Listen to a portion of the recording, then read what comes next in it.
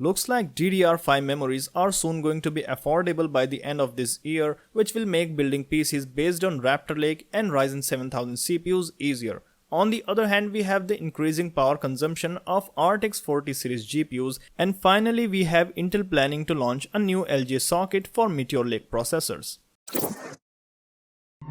It's no surprise that when DDR5 memories came out, they were too expensive. At those insanely high prices, almost everybody avoided them, and so was the case with DDR4 memories when they were out in 2014. However, when Intel launched the Meteor Lake CPUs, they gave options for both DDR5 and DDR5 memories. This gave DDR5 some time to get adapted into the mainstream, and here is the result. We are looking at a good dip in DDR5 memory prices. Computerbase has published a report where we can see how DDR5 memories started to shed off some dollars in the past 6 months. And compared to March, where the prices were at highest, we are almost at 4 times lower prices. Right now, the average price of a 32GB Kingston RAM kit clocked at 4800 MHz can be bought for around $160. This makes the average price of 1GB DDR5 RAM equal to €5. Similar is the case with the memory kits for mobile devices. This means we can see DDR5 to become more mainstream once Intel and AMD release their next-gen CPUs, which are going to support DDR5 natively, ditching DDR4 memories completely.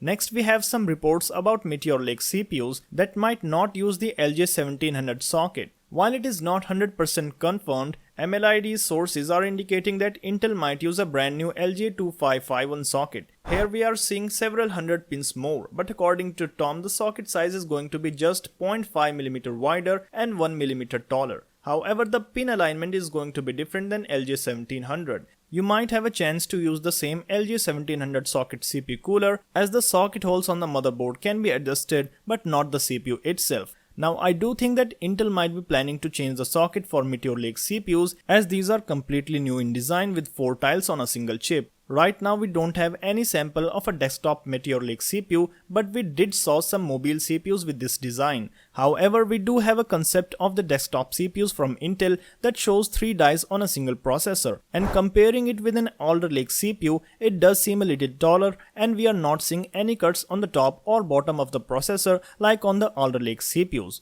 Also, Intel is very well known for changing the socket in every few years, and most likely we are not going to see the LG 1700 socket to be long lasting as the AM4. But if you are disappointed being an LG 1700 motherboard user, you might not need to change your CPU for 2 years. We know that Intel is planning to launch the Raptor Lake CPUs in Q4 this year, but Meteor Lake CPUs for desktop are most likely not going to release before 2024. Copite says that Meteor Lake S and Arrow Lake S are launching in 2024, even though Intel mentioned in their presentation that both these series are going to launch in 2023 and 2024. Greymon confirms that there is no contradiction here, as Intel is going to launch only their mobile CPUs in Meteor Lake series next year and not the desktop CPUs.